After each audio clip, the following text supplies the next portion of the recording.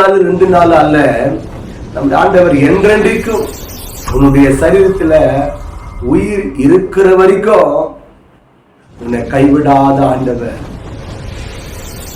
என் அன்பான தேவனுடைய பிள்ளைகளே, ஆபிரகாம் ஆகாரவை கைவிட்டு போயிட,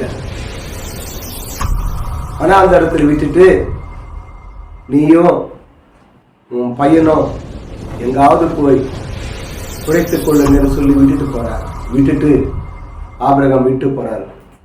ஆனா ஆண்டவர் ஆகாரையும் அவங்களுடைய மகனாகிய இஸ்மவேலை விட்டாரா? அவர் கைவிடல. தேவனுடைய நாமத்திற்கு மகிமைண்டார். அவர் கைவிடாத தேவன். நம்ம கரத்தை அவர் பிடித்துக் கொள்ளும் போது நமக்கு பெரிய ஆசீர்வாதம்.